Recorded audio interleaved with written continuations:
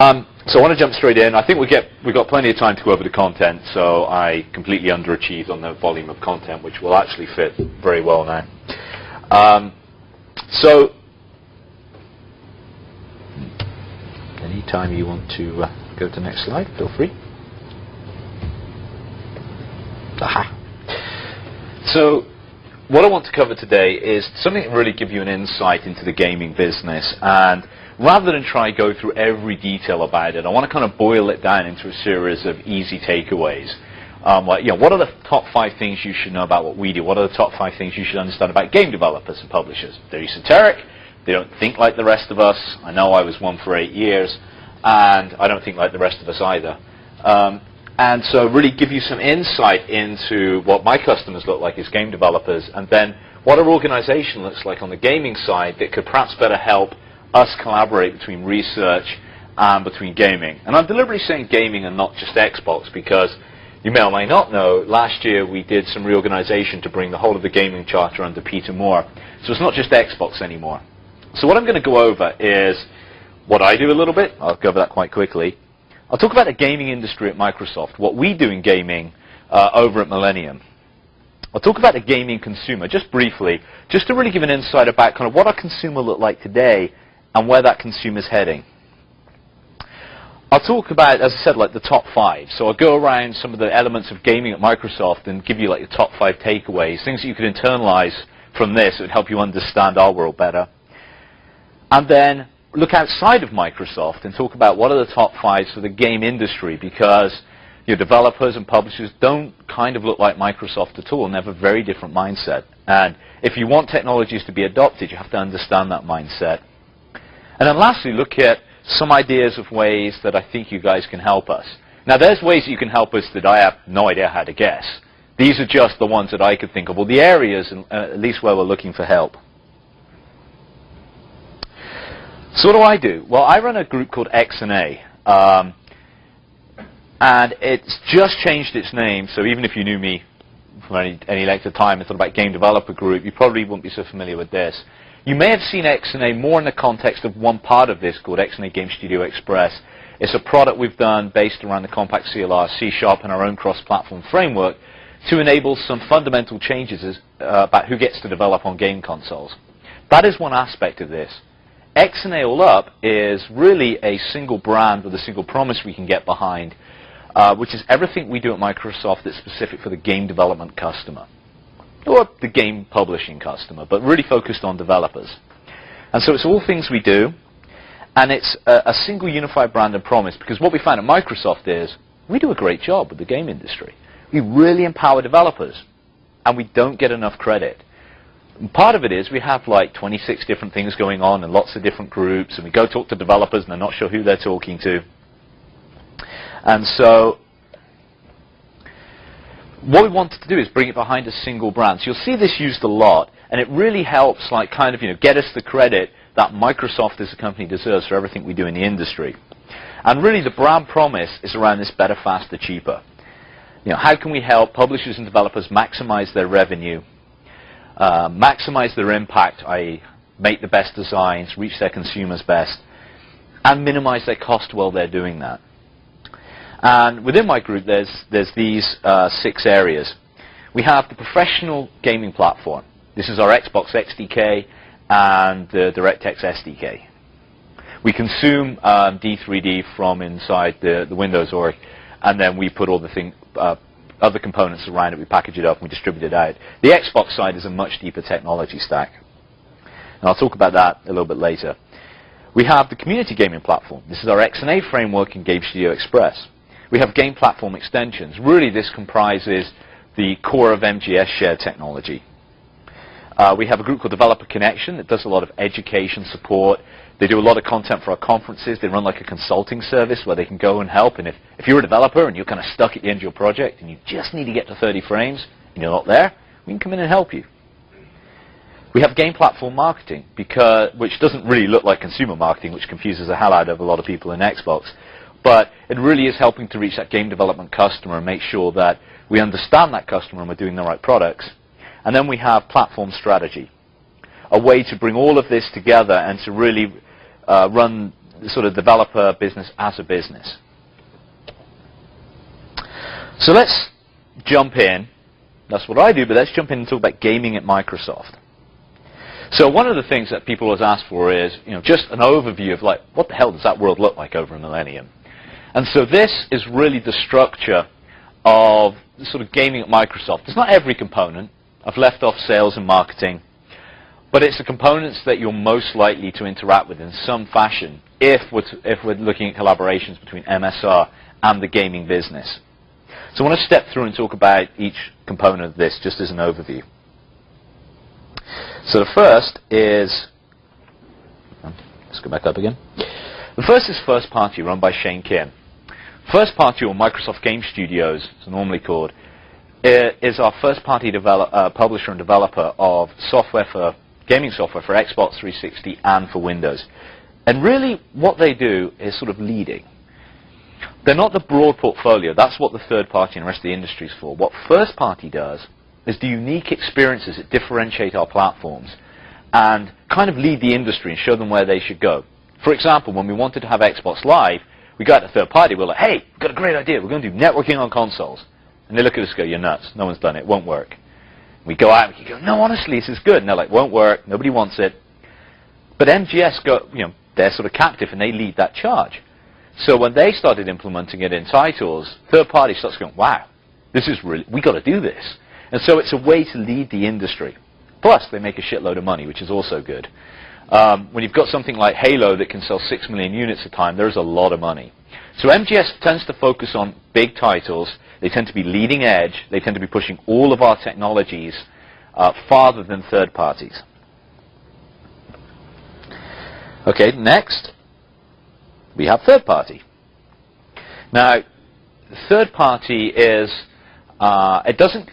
first party does work with external developers. They don't do all the development internally, but third party is about third party publishing. It's about how we work with EA, with Activision, with Take-Two, all the companies that you'd see in the news that produce games. And really, they're the core of our business model. Because as you probably know, we're just starting to, but you don't start off a console lifecycle making money on the hardware. You sell at a loss. How you make your money back is by charging third-party fees to manufacture for your console. So we charge them a certain amount per unit they manufacture, and that's how we recoup our money. And so when you're delivering by third party sort of 250, 300 games a year, those games are ranging in units manufactured from, say, 400 on the very low end to 400,000 to many millions. There's actually a very good business there if you get to scale. And so, let me just get rid of some of these things that keep popping up.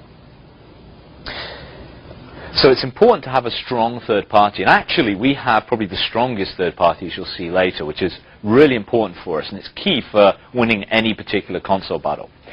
We also have relationships with third parties on Windows, but we don't really have any sort of financial relationship with them, similar to what we have on Xbox 360. And third party is run by a guy called George Peckham. Next, we have a new group called AAG, which means I have to pause and think of their new acronym, which is All Access Gaming. And this is run by Mark Whitten, who used to run our peripherals group, which I'll talk about later. But All Access Gaming is a recognition from us that we have to broaden our gaming consumer. And you'll see this as one of my key asks, the key things I need help on, is we're great at selling games to that, 14 to 30-year-old male, loves shooting things, loves blowing shit up, like that's what they live for, and we've got the games for them. Oh, we've absolutely got them covered. You want to go outside of that, and we struggle a little bit. Not that we don't try to do it, but we're not known for that. And so we realized that rather than sort of trying in fits and starts to do broad content, if we really want to get people excited about our console in the broadest sense, and excited about Windows as a gaming platform in the broadest sense, we need to focus on it. So we have made a group that's all about new experiences, broad access. How do you reach people with experiences that's relevant all across the demographics, not for this one narrow demographic of male young gaming? Then we come into the platform group. Now this is where most of the technology gets done. And this is my boss, Todd Holmdahl. During Xbox 360, he really built and ran the hardware program, and now he runs all of the platform group. As you can see here, Todd reports to Peter Moore, who really runs gaming, and he runs gaming for Robbie. And I'll talk about sort of Jay's changing role when we get there, because Jay Allard's obviously somebody who has a lot of profile from our group. So there's my group. We've talked about that. Don't need to dwell on it anymore. Next is a colleague of mine, Chris Pirich, another general manager, who runs a group called Console and Consumer Software. And what they do is all the experiences on the system that reach consumers. So all my stuff tends to go indirect. We enable game developers make games, they get published. I'll show you that value chain in a minute. What Chris does is his group builds things that goes directly to the customer. So our dashboard, you log on to Xbox 360, you see the guide, you have all the blades, you can do things. That's Chris's group. Marketplace, so digital downloads, being able to find and purchase content, that's Chris's group. The live client for Windows, which we call Panorama, or externally it's called Game for Windows Live, that's all in Chris's group. So it's all that client software that reaches directly to the consumer. Let's see which order I put them in. Next we have the hardware group under Larry Yang, which is actually based in Silicon Valley. And they don't manufacture hardware anymore, but what they have is they have a silicon design group. So they're the people that design our consoles. One of the interesting things about a console from a hardware perspective is it is a never-ending series of projects. So you ship a console, and probably while you're shipping V1, you've already got a group designing a cost-reduced sort of V1.5. And this goes on forever. So they might have 3 revs of the console on flight at any one time, where they're either moving to new manufacturing process, or they're moving to design, or they are integrating pieces of silicon, and they have to run like 3 of these at the same time, which is a huge, huge effort. I'll talk a little bit more about the top 5 things you should know about that later. Then we have our accessories group. Very important for our P&L. I think they do amazing accessories. I really believe our controller is probably the best that's ever been designed for gaming. But they're a little bit GM-less at the moment. Mark moved to AG, and we're currently looking for a new general manager to take over what is actually a large worldwide business. And then another group which you might interactive is the live team under Jay. So Jay, after Xbox 360, really moved to spend most of his time building the Zoom business and looking at music. But his other role is sort of as the CTO for Robbie. And so part of that is he has the sort of broad infrastructure groups. And Live is one of those. So if you think about all the Xbox Live services, the service infrastructure, that's Ben's group. And we might produce client software that connects in, like Chris Pirich might do that. But when it comes to actually running the servers, keeping that going 24/7, designing this infrastructure, delivering it across platforms, that's Ben Kilgore. So it's not actually in the gaming business, but it's sort of not really in Zune. It just happens that Ben reports to Jay. And then last, I'm not really going to go into it, but there's an ops group which does a lot more. I mean, this is worldwide ops for Microsoft under Brian Toby. One of the things they do about gaming is they actually do the manufacture of our systems. So, like Larry's group's design the silicon, Brian's group actually gets it built and makes sure it gets shipped worldwide. Another huge operation. So this gives you some idea of kind of the players over a millennium that make up the games business, or at least the aspects that you're likely to interact with. So what I want to do next is have a very simplified look, and we don't have all the connections on here, but around the value chain in gaming, and then be able to map those groups onto it to show you where they plug in. And this is really starting to try to give you a feel for the gaming business. So I'll go through this very quickly and follow a couple of the chains. If you think about how content gets to consumers, first you have game developers, they build the content, normally under contract with a publisher because it's so expensive to finance. If you're talking $15 to $25 million to get a game out now for a AAA boxed product, it's very expensive. And that's before you get to marketing and COGS and everything else. So they're normally funded by a publisher. Content goes through the publisher. They manufacture it via license from us. It goes to a retailer. It goes to a consumer. Back along that chain, consumers purchase. The money goes to retailers, gets distributed to game publishers. Notionally, of course, this isn't the actual temporal order things happen. And that gets back to game developers. Also, at the publisher node, it comes back to us via that license fee. One of the nice things about our business is we get paid on units that get manufactured, not units that get sold. And what's good for us is these are highly ambitious people, especially around Christmas time. And their ambitions often don't match their sales, except for the top titles. We benefit from that. Now, I don't feel bad about it, because we're the ones who had to invest several $1 billion just to get this thing going in the first place. If you think about some of the things that we do, we take hardware and we build it, we get it manufactured, we get it shipped to retailers, retailers sell it to consumers, and in an ideal world, money flows back. If you think about virtually in that path, when you've got a gross margin negative product, really money doesn't flow back, it kind of keeps flowing that way, which is not so good. I'll talk more about how we look at hardware overall. We also provide a lot of technology. It's not really on here, but we provide content to game developers in the form of our game development platforms. We provide content and services. So we give them their basis to build on. We give them the services to help them be successful throughout their life cycle. And game developers produce content for our console. So that's very simplified, taking out retail, taking out hardware manufacture, kind of how the industry basically works. Developers under contract from publishers build content. Publishers often test it for them. They manufacture it. They ship it. They sell it to retailers. They give profit back to developers. And really, it's a bit like the music industry. You tend to get deals that are an advance on profit, so on royalties. So they say, okay, well, we'll fund your development, and once you've earned out, i.e., when you include our profit, after all our COGS and costs and all our overhead, once you've earned that money back from that profit at whatever royalty rate you've got, you'll start earning more money. The secret about the games industry is very few people ever earn out. So when you've got these expensive games, the top few games, it can be incredibly lucrative. For instance, we have just made Epic Games, if you know Gears of War, very rich. When you sell 3 or 4 million units, you make a lot of money. If you sell 600,000 units, which used to be a good number, you don't make any money. And as a publisher, you're probably losing it. So it's always a bet by a publisher, are they going to make money with a developer or not? Okay, so where do we plug in? So the first place is sort of MGS. The way MGS plugs into this ecosystem is they tend to interact. If you think of all these white boxes as, apart from this one being external to us, what MGS do is they contract game developers, just like another publisher. So they will not only build their own software in studios like Bungie or Ensemble or Turn 10, they will go out and contract somebody like Bizarre Creations to go make Project Gotham for them, under that kind of advance on royalties agreement I just talked about. And then you have the third party under George Peckham. They exclusively deal with publishers. So they will form relationships with them. They will try to get exclusive content for us because it's a big driver for the platform. They will sign the deals with them for the manufacturing rights, etc. And so George Peckham deals with that.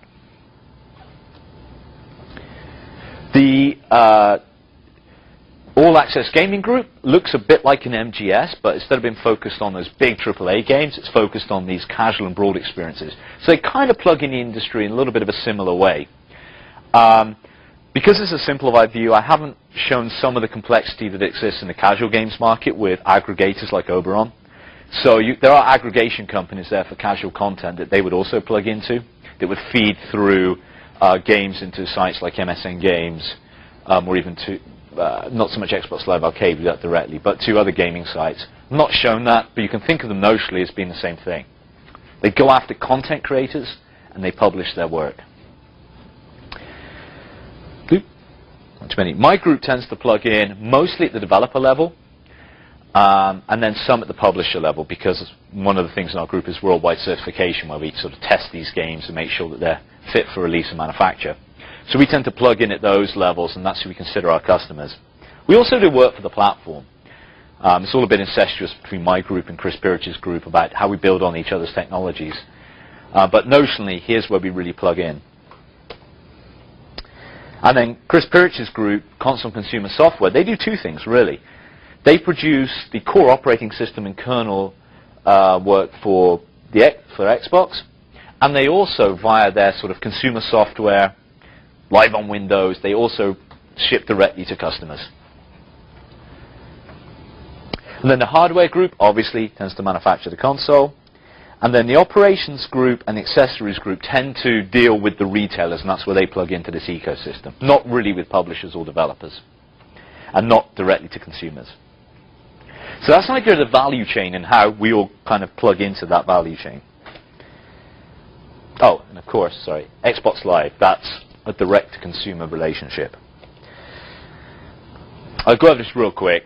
You'll be able to get notes afterwards and read it. But basically, I wanted to give you an idea of that's a very software-centric chain. I just had this one thing that said, hardware plugs in here. Because it's not something Microsoft traditionally does, it's kind of good to look at the hardware chain. And it's a pretty long chain. So we have lots of hardware engineers in Silicon Valley. They're producing silicon designs, partnering with companies like IBM, with ATI, people like that. We have to qualify the product to make sure it meets our manufacturing, our performance and safety standards. Then we can go try and find component companies to sell us the components to build it, and we have to do those long-term contracts. They build the parts. The manufacturing team then has to really design and set up the factory, because obviously this is a custom manufacturing process. A big thing when we came up to launch was trying to get these production lines in China started up, and every day to be like, we got 2 lines up, oh no, 1's down. No, we got 2, but they're at 50% capacity. And this huge ramp up to launch to how many lines we could get working, and it's a huge job designing a manufacturing process for something as complex as our console. We then, once we decide it, we have contracts with those manufacturers to go and, like Celestica and that, to go and build it. Then once we're done with manufacture, we hand over to the operations side. So we have to do transport. I come from a software world. Sitting in meetings where we're discussing how many planes we have available between China and the US and how much it would cost is something foreign to me. It's sort of interesting in a detached, I never want to deal with it way, but it's sort of interesting that we have this group in Microsoft that's excellent at moving product around the world. The sales team get the products. They're working with retailers. They're trying to convince them to buy it from us and to take sell-in orders. And when you hear us talk about sell-in, that's what we mean, how many we've sold to retail. Goes to distribution centers. They deliver it to stores. Eventually, somebody in a store, hopefully, puts it on shelf, and consumers can buy it. And then after that, things go wrong, and we have to deal with call centers, and we have to deal with refurbishment, something we're struggling with at the moment. One thing to take from this, just in general about our industry that's not obvious to people, this is really key. We have this huge high-tech industry. You have all these great people making content, and we're like, yeah, more games, more games. If you're talking about Bot's product, we're trying to funnel this whole industry through this 10-foot by 15-foot section of target. And if we tripled the number of games, it wouldn't help us because we got nowhere to sell them. They don't want to churn stock that fast. They need to put stuff on shelves and have it sell, reorder it.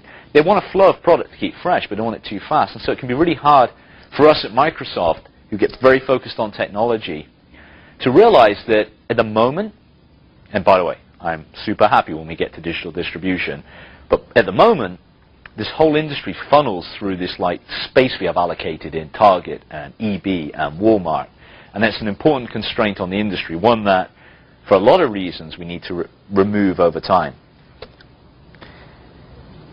Okay.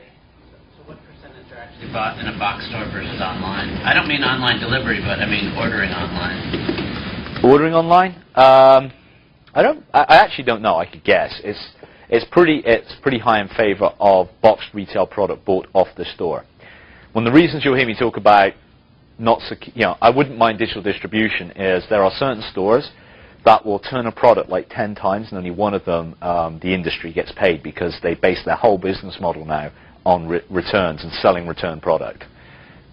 I'm not mentioning names, but Electronics Boutique was probably one of them. So I wouldn't know how to quantify that. I would probably guess it's 90% through bricks and mortar. A lot of people buy that way. Yep. Yes, no, but does that hint at us getting into the bricks and mortar business? Sorry? Does that hint at us getting into the bricks and No, mortar? I would think it would hint the other way, that we would try to find a way to give consumers more choice through digital distribution rather than getting... I think, bricks and mortar for what are effectively digital pieces of content, at the moment, there's still a big market for it. 5, 7 years, probably still a big market for it. If you look at 15 years, you say, wow, well, when you get to 2015, 2020, do we really believe that even average consumers who would be interested in games are really going to want to go to Walmart and buy a box with a disc, take it home, etc.? Is that how they want to purchase? And I think the answer is probably no. But I'm talking more like an Apple store, where they go to a Microsoft Games store and have a full experience, and we get to show off everything we do in space. Yeah, that's interesting. I honestly, I think there's a world of. So I think the short answer is no. I don't believe we'll be getting into that. You'd have to have a huge capital investment to get into. If you wanted to get in a meaningful way, the other thing is gaming is a really big activity, but doesn't have the kind of consumer awareness and cool that music has right now. So it'd be hard for us to do a store that was about gaming that would be so ultra cool it would be worth having them. So sorry, I misunderstood the question, but no, I don't think we're going to go that way. Maybe Zoom would, but I don't think we would from that. Like, if Zoom was going to do that, that might be where we'd get into it, but no real plans at the moment. So some quick performance data on Xbox 360. Here's where we were, kind of CES timeline, or between CES and GDC. So at the end of last year, we sold in 10.4 million units. I think that's a pretty honest number as opposed to shipped. Shipped means we got them off our loading dock, but they could be anywhere, including the ocean. Sell-in means we actually got somebody to pay us, and they might not have got to consumers yet, but they're in stores or in the back of stores. And sell-through isn't lagging far behind this, but we were at 10.4, which was our stated goal from like 4 years or so before we launched. We have the best to date attach. Vital for that ecosystem is, and what attach means is literally if we've sold 10 million, this means we've done 51 million units of software. And that's vital for our publishers.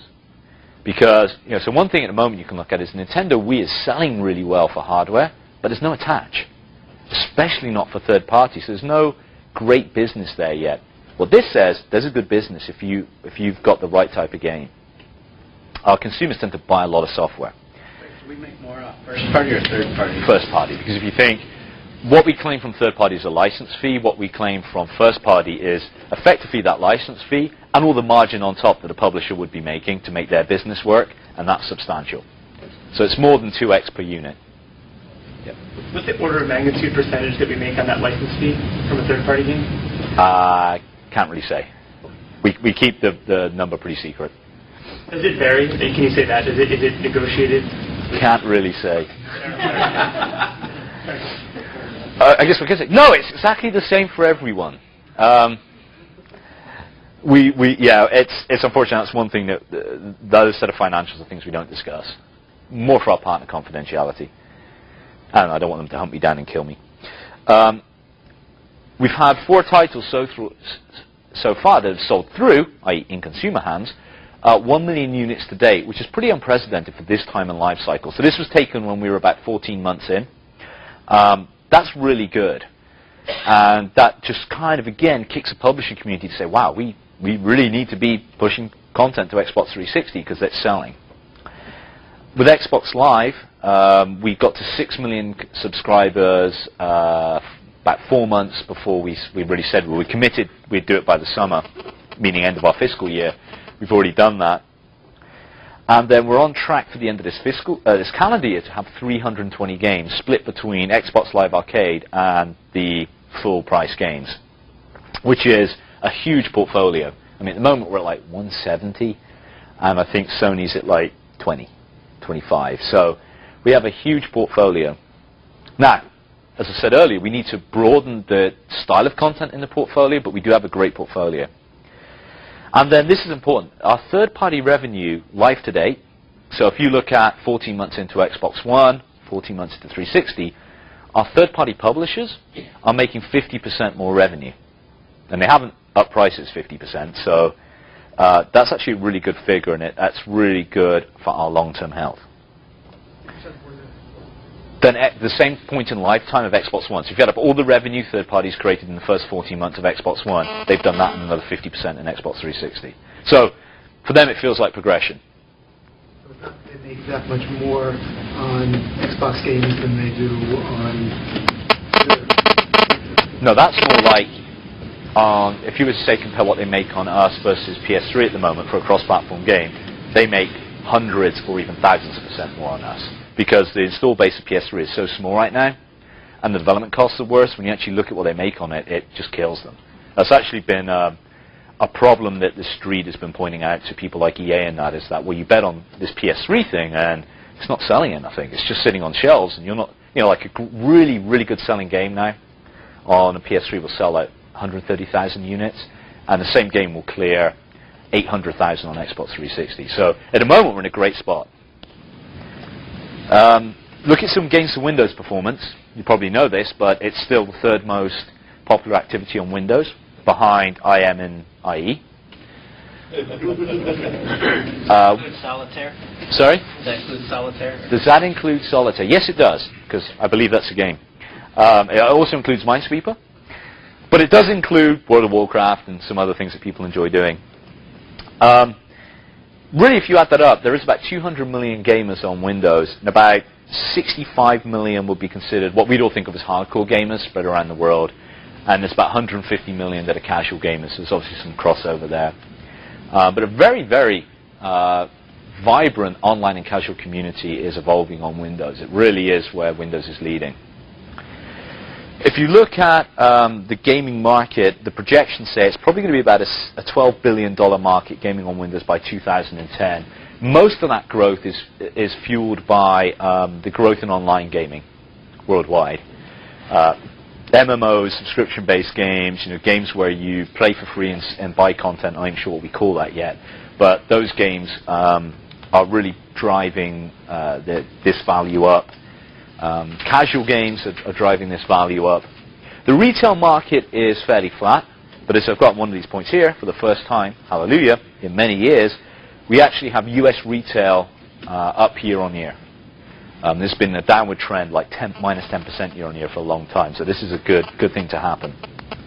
One of the things we've tried to do with that in gaming is really to make it a first-class citizen.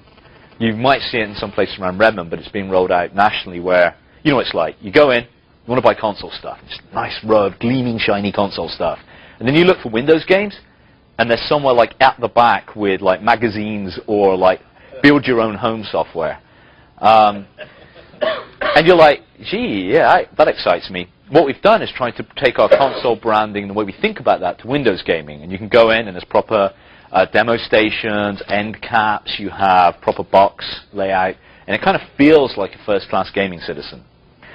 That kind of halted the decline, and we're even up. Now, we're up 1%. It's not a lot, obviously, but compared with being minus 10 for previous years, that's a good thing. However, the online growth is huge. I mean, it's like 26% CAGR or something like that. It's a big percentage. But what also is good, considering how we invested in it, is what we're seeing with the growth of DX10. Hugely, hugely popular topic whenever we go and talk to the press or we talk to consumers. They always want to talk about DX10.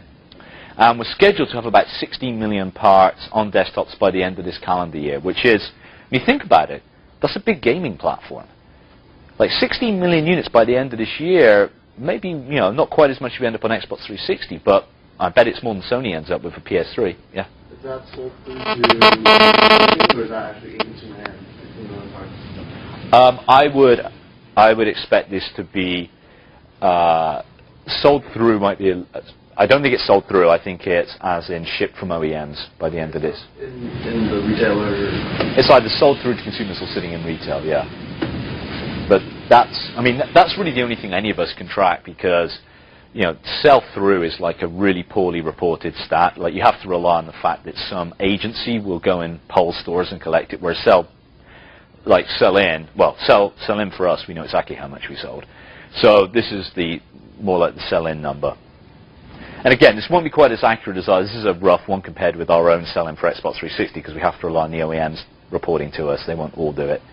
But it's a rough number. I mean, that's a good platform. I mean, 16 million units is a decent. You think where like GameCube ended up at the end of last cycle. I mean, that was what 17, 18 million. Xbox One 25. So it's a viable platform there. And the important thing for us is to think of it like a platform, which we haven't really done in the gaming sense before. And then also back to that branding and stopping things. Oh, sorry. 16 million DX10. How do you correlate that exactly to the gamers and the hardware afterwards? It's not because the part is actually on the market that the user is going to use it for gaming. Or do you have a tight correlation? I think it's a pretty tight correlation with, even if you look at OEM systems, what OEM systems would ship with a DX10 part and what you'd use it for. Like this is all going into like the high-end Dell stuff, like this goes into the Alienware stuff, this goes into the high-end XPX stuff. So it actually correlates pretty well. Now, I don't know you're going to see 16 million added each year because I think the curve kind of goes like this because there's a lot of rabid interest, and the OEMs know that. But it's a pretty good first-year number. And then we did that. We've done a Games for Windows branding exercise, which is how we spruced up retail and we did the box art. And what's nice is that 5 out of 8 of the titles that we've branded so far have made it into the top 10. So we're on a pretty good track record so far. Okay, the gaming consumer. I'll go through this relatively quickly.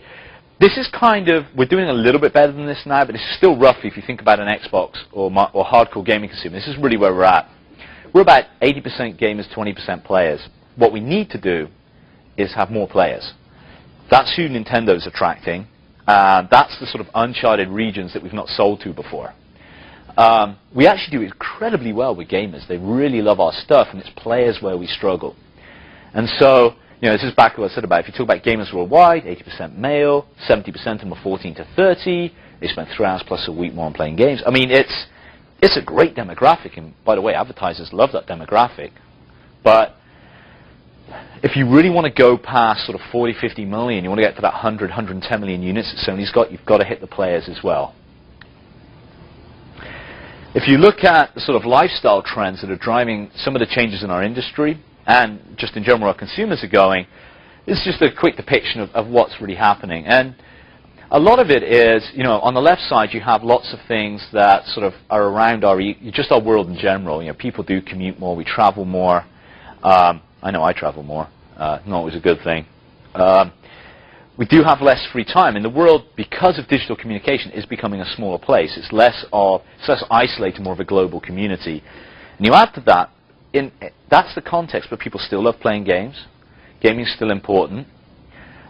People love self-expression, and that's something that I think we've always liked, but now we're giving them the tools to self-express. And so those are some lifestyle trends. And what it means for digital consumption is really captured here. So what we're finding is we have new people coming up in our customer base that are extremely capable. And maybe you've seen this if you've worked with people at university or coming out of university. They're like ultra networkers. Happy to have 4 a.m. conversations going. They're downloading a movie, they're editing another movie, they're posting up to YouTube, they're doing something on Flickr, or any one of the other Web 2.0 sites. And they do it all at the same time, tons of contacts, a complete inability to concentrate sometimes, but tons of contacts. And they work in ways that certainly my generation doesn't work in.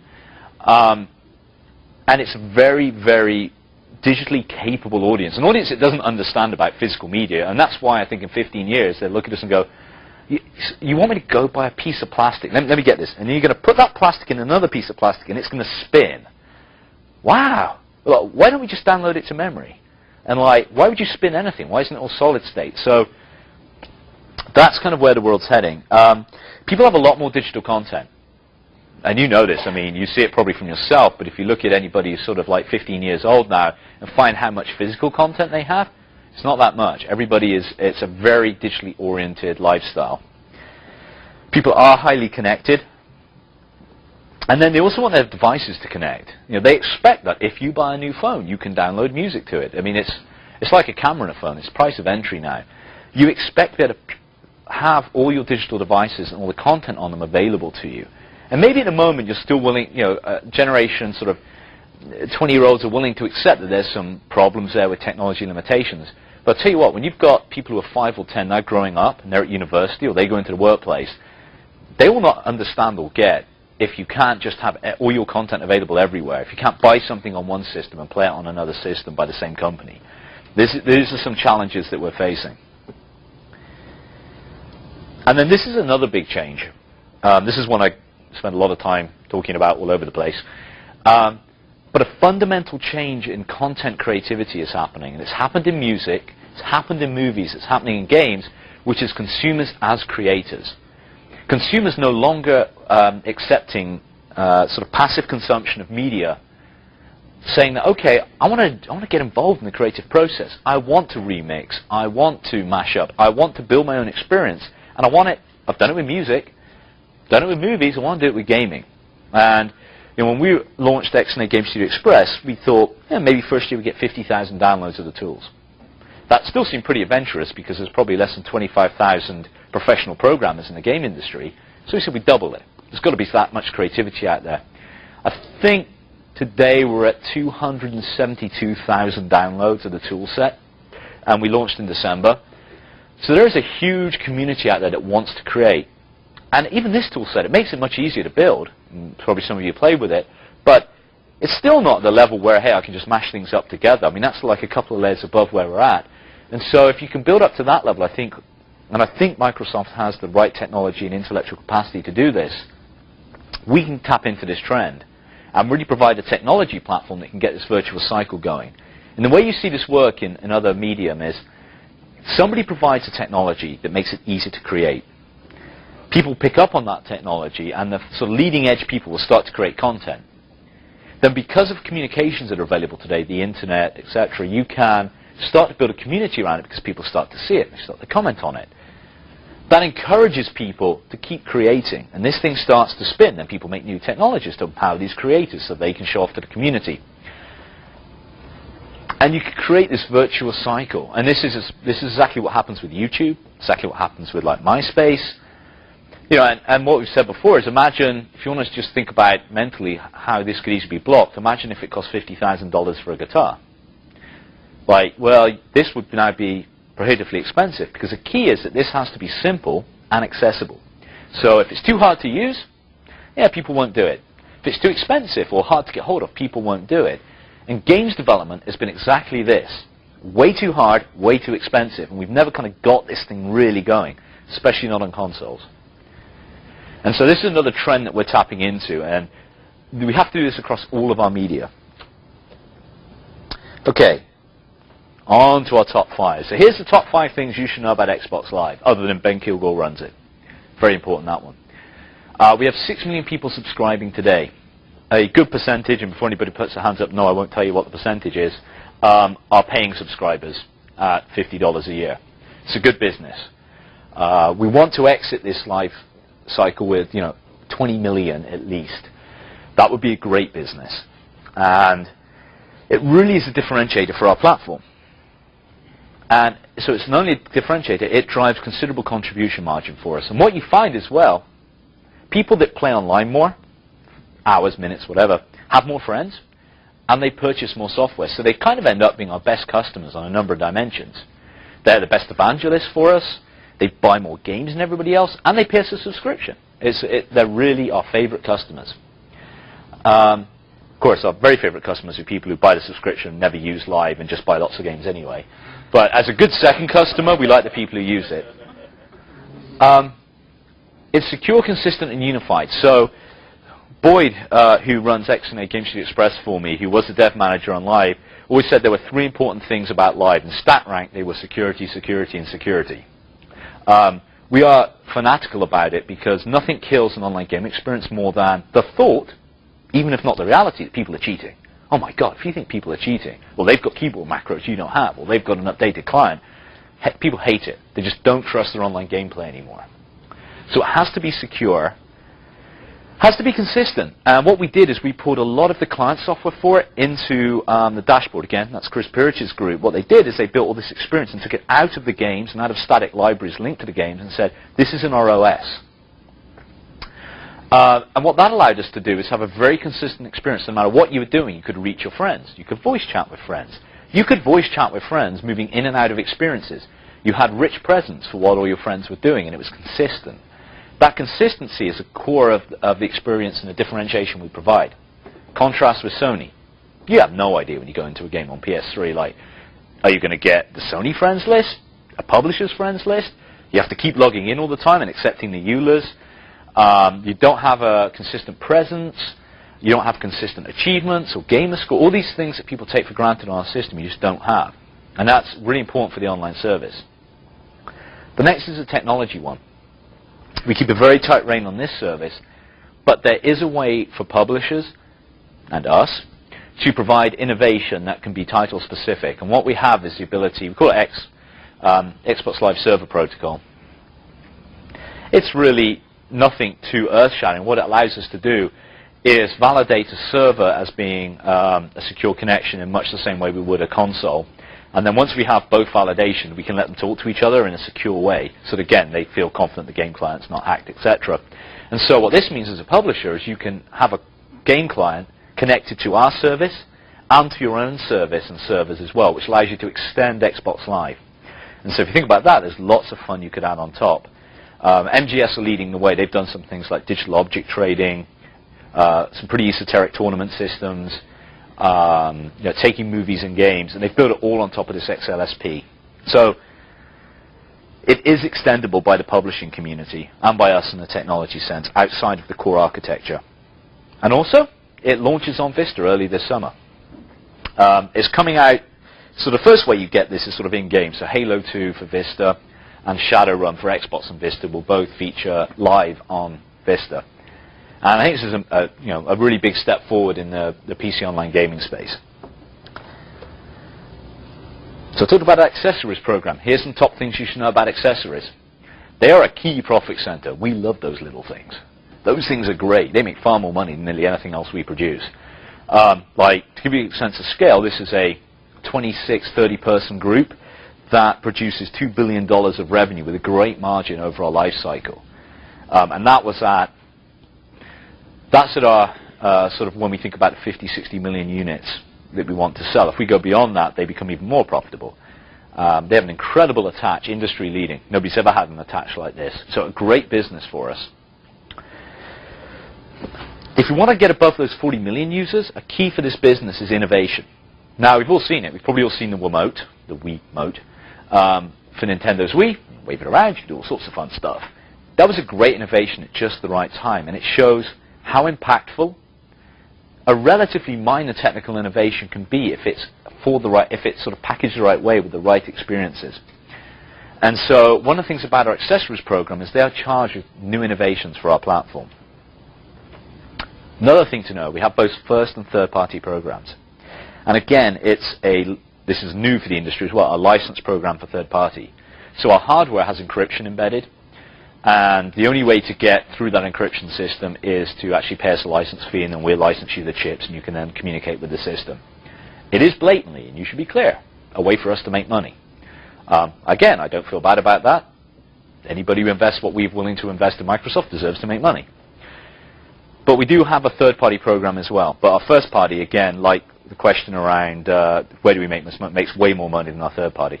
Yep. We used to make a ton of peripherals for gaming for Windows. We still do. Like Sidewinder and all that stuff, and now there's like, do they still exist?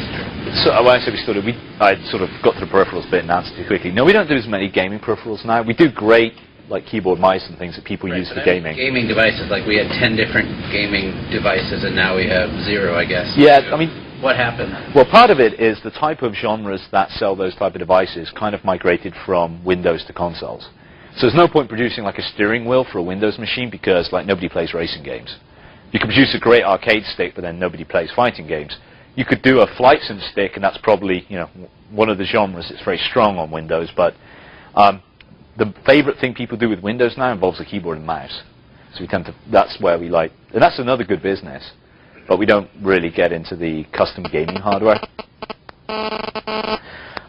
Cost reduction is a major focus, just like for the console. We have to cost reduce these over time, and that's probably me. And so we have a lot of the focus of that group isn't just about innovation, it's how do we do these things cheaper? How do we innovate in ways in silicon and hardware that can make these devices cheaper to produce? And then for us, when we think about it, everything we think about is we need a wireless version, and now we want a version that's cross-platform. So you can take our Xbox controller, play it on Windows. You can even take our force feedback steering wheel. Despite what I said, you can use it on Windows. Not many people will, but you could. We have a wireless dongle, so you can play our wireless controllers. And again, it's great for sort of the when you start to get live on Vista, this really gives you that sort of cross-platform gaming aspect because you can have the same control system. Yep. You talked at all about anything that's on that future innovation accessories pipeline that exciting and things coming up? No. Unfortunately, you'll find this is a theme throughout the day. There's lots of stuff where I'm like, nah, can't really talk about it. Do you know what? Good note about our industry. We're incredibly secretive. We're secretive from each other.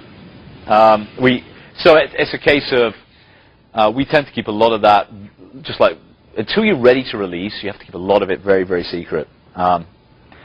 fun anecdote from my past. When I started working on Xbox 360, it was like the best spy movie ever. Like, I had this phone call and they were like, "Hey, we'd like to get involved in something. Could you come over to this office?" So I went to this office after work. It was this rainy, stormy night. And I went into Millennium D and I worked in F.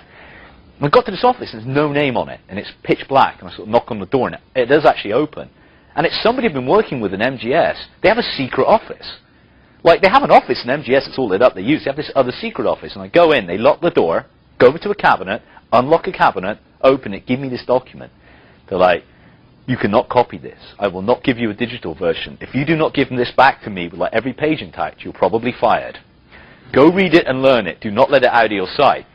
And I was on a plane to England like the next day to go tell developers. And what it was the 80-page guide to what we're going to do with Xbox 360. And I was so damn paranoid, I took it to the bathroom with me on the plane. I'm like, I'm not leaving it in my seat. Oh my God, somebody might take it. That's the kind of secrecy that we live under. Okay. Things to know about hardware. Depends how much you're into hardware, how much this will mean to you. We're a fabless producer, so we outsource all our manufacture. We don't have our own foundries, and we don't have our own manufacturing facilities. We go and contract that capacity out. Our hardware program, I talked about this earlier, relies on cost reduction. Our current strategy is we will produce a performance level and a power level and an ID that when we sell it at $400 at launch, we'll lose money per unit. We aim to cost reduce it faster than the price point reduces. And if you add it up over lifetime, our innovation in this thing was to try and make a unit that was gross margin neutral when weighted sales over its entire life. Then we're not quite making that at the moment, where we couldn't get on some of the cost reduction curves fast enough. And it's a big impact when you spend more than $3 billion a year annually on COGS. But that's the plan. Xbox One was never, the idea was it never becomes GM neutral, it's just always GM negative for the whole lifetime, even if you consider it all over life. So we tried to do better. I think next time we're more likely to aim around, GM within a small delta and then becomes positive very quickly. We own the IP for the silicon. We insisted on that this time. So we actually drive the cost reductions and the redesign of silicon rather than buying off-the-shelf parts like we do with Xbox One. So that's why we have a team of 150, 70 people in Silicon Valley that are silicon design engineers. Said, I feel this acutely. Nothing creates you more pain at budget time than being a software group in an org that spends $3 billion a year on hardware. Because everything I do is a tiny rounding error for them. I have these nightmares. The price of resistors goes up worldwide and suddenly I've got to cut a program. This is tough. There's not a lot of places in Microsoft that not only spend this much money can have fluctuations that are very hard to control. And then for us, when we think about hardware, our real drivers are performance, cost, and power. All the time. It's what performance can we get, how much does it cost us, how fast can we cost reduce it, and how much power do we have to pump into that box. And you could say power and heat are kind of two sides of the same issue. And then things to know about our software. I'm very proud of the first point. We've worked very hard at it. But it doesn't or shouldn't surprise you because software is our DNA. It's what we do, especially empowering developers. We have the #1 set of solutions in the industry. It doesn't matter. You go ask developers, they will tell you like, oh my God, you guys far and away, best developer tools, best compilers, best libraries, best support, best consultant services, best education, best testing services. And I'll say this in two parts. One, we push ourselves very hard to do it. Two, sometimes we're helped by our competitors setting the bar extremely low. We could virtually fall over and beat them sometimes. But we don't, that's not how we set our goals. And what we try to do is take it from being not a, like you take certification. Instead of it being just an inconvenience at the end of development, you try to put it as low as you can. We're actually looking at ways, how do you make this a competitive advantage for us? How do you make it so hard for our competitors to catch up and compete that publishers, it's one other aspect they love working with us, all starts tipping things in our favor when they decide what platforms to lead on and what platforms they're going to be exclusive on. We do deep software stacks, deeper than some people might realize if you're used to the Windows world. I mean, we build and collapse that whole thing right from the driver level upwards. So this is mostly my team. So we do things like we have our own C++ optimizing compiler backend for PowerPC that's unique for our architecture. We write our own HLSL backend. We do, all the drivers stack upwards, our own debugging plugins. You can argue whether that was a good idea or not. But we do a very deep software stack on Xbox. On Windows, it tends to be a bit lighter. We have both managed and native technologies now. For the longest time, it was only ever native. It was our XDK or it was the DirectX SDK. With the XNA framework and using the compact, the .NET Compact framework, we actually have a managed solution that's, I think, really good. And cost of production and complexity of production is a constant problem in this industry, and I actually think that managed code is a transition that will help people. As you can imagine, we're facing all the same. It's funny for me. I go to developers and they're like, "Yeah, it won't work. There is no way you could ever write a game in managed code." And for me, it's hilarious because this is exactly the same arguments. I know some people who've worked in games in this room know this. Exactly the same arguments that told us you could never write a game in C. It had to be assembler. And there was no way on earth C++ would work. And so once again, like, C# it'll never work. I don't buy that. I think you can make perfectly good engines in C#. I think our hardware needs to catch up a little bit on the console side. But it does work. And at some point, that productivity improvement is going to be more important than your raw performance, especially when you're dealing with many core systems. And it's not about how fast each little piece of code runs, it's how much you get running in parallel. So it's important that we're on that track now. We do both consumer and developer software. So when you think about innovations, you can think about things you could do with us that would help improve our consumer experience and also for developers. And then we spend a lot of our time focusing both on the tools around development and the runtime libraries themselves, things that actually on the console get statically linked into the game and executed. Okay, on the homeward stretch. Some fun about the industry. So what you should know about publishers. And I should say, why do you care? The reason why you care is if you want to do research projects with us, you want to get technology in, you have to understand our customers. Because most often than not, I've had people approach me and I love the tech. Tech's great. But then I know I can't get my partners to use it because it pushes changes too far into the content pipe or it would increase their cost. So understand your enemy. This is the publisher. It's all about money. Forget creative freedom, anything else, it's not. Publishers are about money, that's what they care about. They're public limited companies, they have shareholders just like us, and they really care about money. They're also platform agnostic. They really, in fact, I'll go beyond that. Like, they don't just not care about which platforms are on, it's all about who's got the install base and who can get the money. They don't want us to win. Now, they don't want Sony to win either, and they don't want Nintendo to win. What they want is a three-way tie, because that's the easiest way to play us off. They don't have to put up with any crap from any of us because, well, everybody's got the same market share. So they are completely platform agnostic. So if you ever think about us wanting to do something, it makes them do a bunch of work on our platform. Unless we pay them, or it's trivial, they don't really want to do it. But they are the cornerstone of our business. We cannot be profitable without the work that they produce.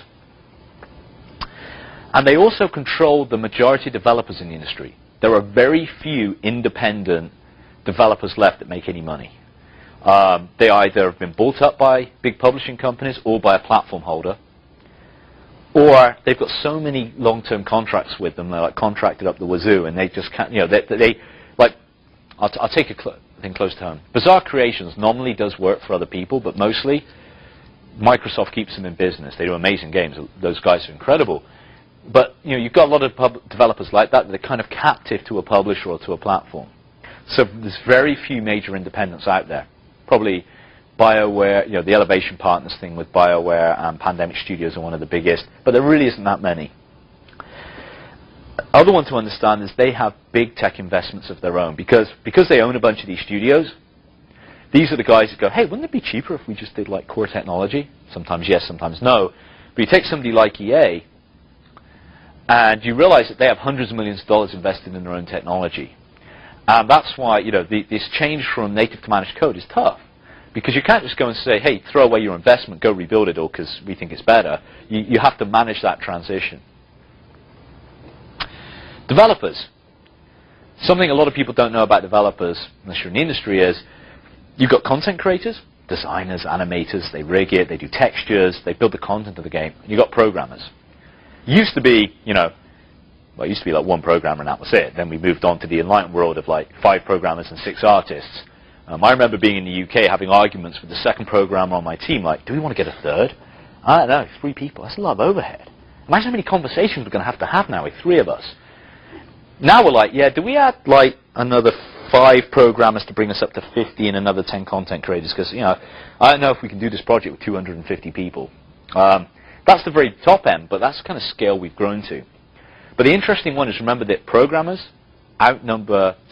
content creators outnumber programmers at least 5 to 1, and that delta's getting bigger. That's important. It's easier to get somebody to pick up a new piece of technology if it doesn't affect those content creators. Because if you ask somebody to retrain them, or ask them to go do something they're not doing, or do something unique for your platform, you've got like 5x the cost of getting programmers to do something. And normally with a programmer, it's like one guy has to absorb your changes and provide an interface to the rest of the application that it can use. If you go change an art paradigm, you've probably got 30, 40, 50 people that you have to change. It might change how the texturing's done. That'd be another 20 people. So always have to be sensitive about if you're making changes in technology that affect content creators. Having said that, we sort of need to, because it's getting out of control. If we up to the, let's say we decided our next platform has 10x processing power in the console space, and by then we're on DX13, let's say, and you've got, you know, shaders that are 5,000 instructions long, and you know, you've got these huge surfaces you're describing. That might seem great until you realize nobody can afford to build it. So a competitor comes in with something that's like 1/5 of the power, and it looks just the same, because nobody could afford to build the extra content for you because there's so many content creators needed. One of the things I think the industry needs, and this will be one of my asks, is what's a paradigm shift that would help make content creation easier? And art's a lot of it. But how would you get that paradigm shift in a way that was palatable to somebody that's trying to run teams of 100 artists at a time without like, completely screwing their pipelines? Hard problem. Could do with help on that. They're not platform agnostic. If you do tools and services they love, they will prefer your platforms. Given half a chance right now, they will develop on a Microsoft platform. In fact, anecdotally, we're probably about 90% of the time the leading platform. So people want to start a new console game, and or a cross-platform game. It's on PS3, it's on maybe Xbox 360, Windows, and that. They will pick one of our platforms to start development on because it's so much easier. So they're not religious about platforms, but they are religious about their own technology and practices. Of course they are. They're the smartest people they've ever met. So if you talk to a developer, they'd be like, well, yeah, I see your technology, and I get why it's good, and I get I wouldn't have to build it, but it's not going to be as good as what I build. It's unbelievable how every piece of technology is not as good as the one a developer will build, or at least the one they're going to build in their heads. And these are sweeping generalizations, but en masse, if you want to go try convince developers, especially good ones, to pick up new pieces of technology they've not created, it can be very tough. The best people are people who are senior, who've done like 4 or 5 games, because they are so fed up with the crap that goes with developing their own technology. They're like, oh, please, just give me something. But unfortunately, we tend to churn people out of the industry after about 10 years because we burn them out, so there's not as many of those left around. As I said earlier, very few independent successful studios, so always remember, you want to affect them, remember who's paying them. It's the publishers. So you can't just satisfy their interest. You've got to satisfy publisher interest. And yeah, they want to make money. They don't want to be poor. But they're higher order bits. They want to make a great game.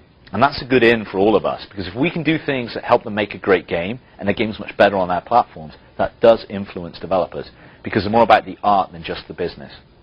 Where does middleware fit into here, like the Unreal Engine, stuff like that? So the Unreal Engine will be something that fits in a couple of places. One is a developer might just, in fulfillment of a contract, decide it's the best way to get going. They pick it up and they start building on it, adding their own tech on top of it, use it kind of as an intermediary platform. Some publishers have decided, we don't want to give you the choice. We don't believe you in your claim that you're going to do the best tech. And so you've got people like Midway who have said, no, we've just licensed Unreal for everybody in our family of studios, and you will all use it whether you like it or not. Thing about the middleware business is virtually nobody makes money. Like, hardly anybody makes any money at middleware. I'm not going to tell you they are, but there's probably about 5 middleware companies at the moment that really make any money, and even that's small. Compared with what you make with one good game, it's trivial. So it's sort of a business that's kind of out of whack in terms of value provided in sort of the return if you're with a successful game. Nobody wants to sign anything up for an additional license fee. They all want upfront payment, so they don't want to give you 50 cents a game. They want to give you like $200,000 in advance. Hard to make money that way. Probably the most successful middleware company was Criterion with Renderware and Renderware Studio, and they were almost like 50% market penetration for a while. Not the top end of the market, but they had a lot of the market. But then EA bought them, and immediately all their third-party business went away. Because, you know, how could I as Activision go and tell my shareholders, yeah, my core technology is based on EA stuff? Right, it just doesn't work. One more point about middleware that's important is there's an opportunity for us and a problem in that nobody trusts the middleware industry anymore. Because all these companies, if you think about the financial implications of not making money, they're actually really cheap to buy. If you're a publisher, you do make money. So, you know, I'm a publisher. I've got 3 projects I'm going to sign up to, say, Havoc. If I have any belief that anybody's going to go buy Havoc, and I see some other publisher with 15 products with them, I'm like, if they buy them, I'm shit out of luck. What do I do now for my physics solution? I've not got that capacity internally. I've got products based on it. How much support will I get? So there is a fear out there around middleware now. You know, it didn't help that Activision just bought Demonware. It didn't help that EA bought Criterion. But the one people they will trust grudgingly is platform providers, because nobody can buy us. So, you know, they might distrust us. They're like, oh, we don't believe you'll keep supporting it. They might say we don't think it's good enough. We're your Microsoft. You're going to take over the world. You're inherently evil. But what they do buy is nobody's going to come and buy us. So we're one of the few people that can actually give them software safely. But it's not a business. We don't want to make an engine. No, we would. If we were to make an engine, it wouldn't be to make money on the engine. That would be, you know, you just don't make enough for our cost structures. Why we would do it is if we believe we would get much better games out of it that would sell more units or would give us an advantage in the marketplace and more exclusives. That becomes a very credible way to invest in building these core technologies. Or it allows us to go a hardware route, say for either our rendering hardware and DirectX or with our console hardware, that we believe will be too complex if left to their own devices, and we can bridge a layer in between that makes it usable but gives us some advantage. So there's some reasons why you would do it. You wouldn't do it for the business model. Unless you could convince people to pay you like another $1 a unit that they manufactured. But as I said before, nobody wants to do that. But if you could, that would be a great business model. Okay, to know about game production in general. People only ever want to create content for all platforms together. Think about those ratios. It's too damn expensive to build content for everyone. You can't have 100 content creators doing things 3 times. Scale and complexity of content is a huge problem. I touched on that earlier. It's just getting almost unmanageable to produce cutting-edge content. Game cycles are 2 to 3 years in length. And really, you only have the first 12 months to convince people to use the technology, and that could even be shorter than 12 months. So if you think about it, you've got a new piece of technology you think is going to change the industry, you're looking at 2 to 3 years till it actually starts hitting shelves of consumers. And development schedules are terribly, terribly unpredictable. It's like 2 to 3 years, and that doesn't mean the project's been 2 to 3 years. Every project in the damn industry starts off at 2 years. It just ends up somewhere between 2 and 4. It is very, very hard for some reason to predict game development cycles. They just almost take what they take. You can force it out in a certain amount of time. It just depends where you're willing to set the quality bar. And there really isn't any standard infrastructure or pipelines. There's no real way to take all this content stuff and put it into games. And you think about what made film development so successful, film production, was standardization in cameras, standardization in practices. Yeah, there's innovations, but you don't make up the whole damn process each time you do it. I think this is something that's got to happen in the next 5 to 10 years if you want a healthy industry. So really am almost at the end now. So ways you can help. Let's talk about our top challenges.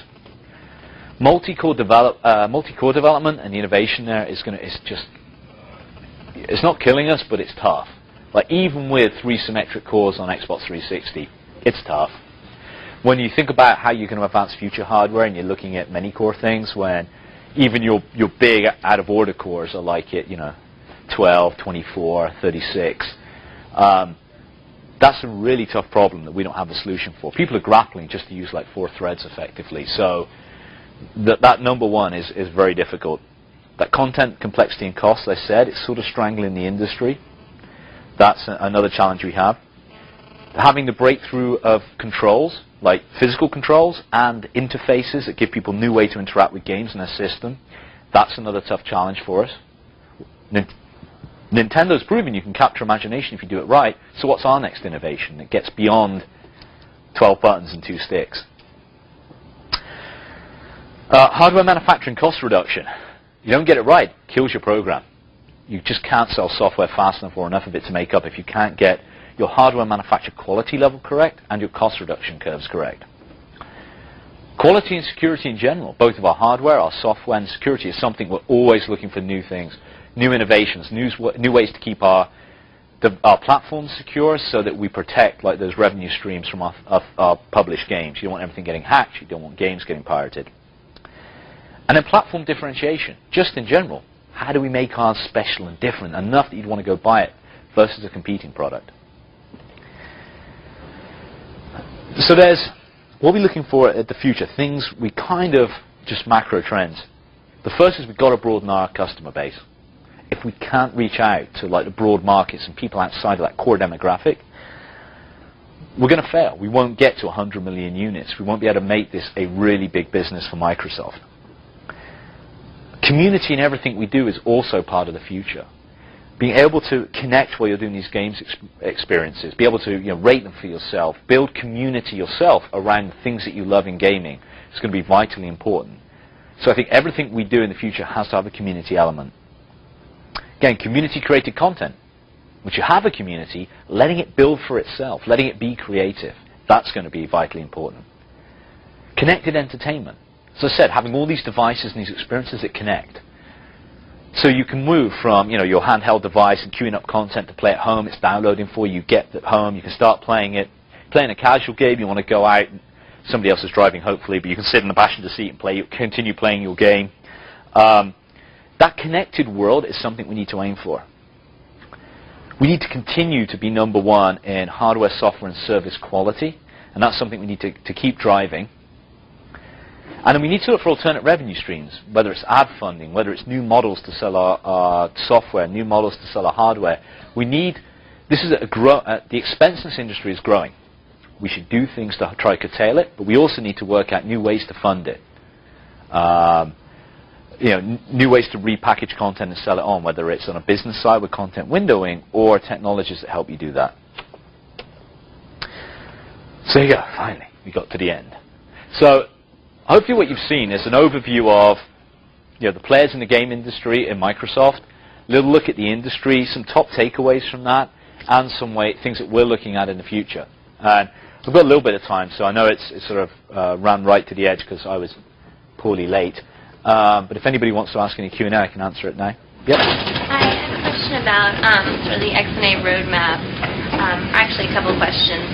One is, I know you guys are pretty focused on building out a community right now, but are you also working on simplifying the development experience itself?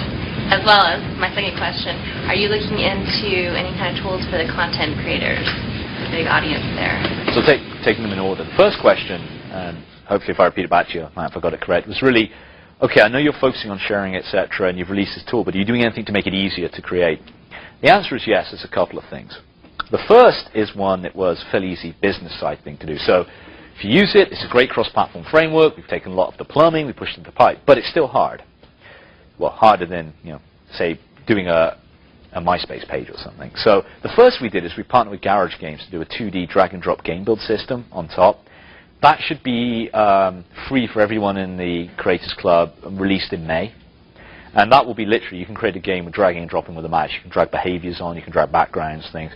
That's still fairly complex. So it's not, you don't have to program, but it's complex. I do think we need a layer on top. If you think about what's the game equivalent of mashup software or like creating a MySpace page, people don't need to be as creative to be able to do anything in the world, but they want to personalize a game experience and make it their own. I don't have an answer for that yet, but that's something we're vitally interested in.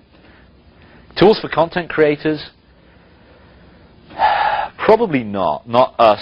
What we more look to do is see if we can help with standardizing the pipelines, the data formats, and how you access that data once you've got it loaded, and then partner with companies like Autodesk, like Avid, like Natural Motion, and try push them to create a level of tools that are simpler and easier for community people to use, and then push other people in the community to generate content that they can just consume.